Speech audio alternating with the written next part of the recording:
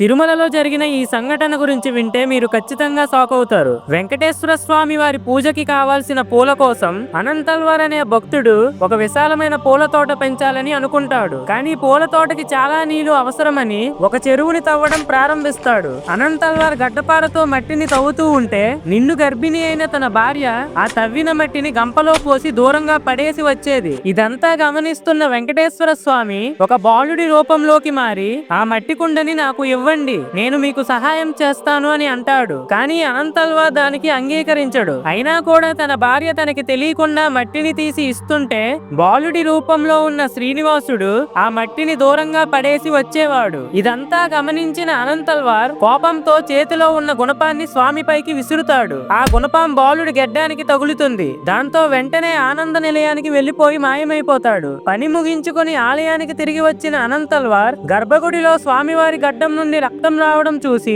గుండెలు పగిలేలా ఏడుస్తూ తనని క్షమించమని వేడుకుంటాడు. గాయం నుండి కలిగే నొప్పికి ఉపశమనంగా గడ్డం పైన పచ్చకర్పూరాన్ని రాస్తాడు. ఆ రోజు నుండి స్వామివారి గడ్డానికి పచ్చకర్పూరం రాయడం ఆచారంగా మారిపోయింది. ఫ్రెండ్స్, గోవిందా గోవిందా అని కామెంట్ చేయండి.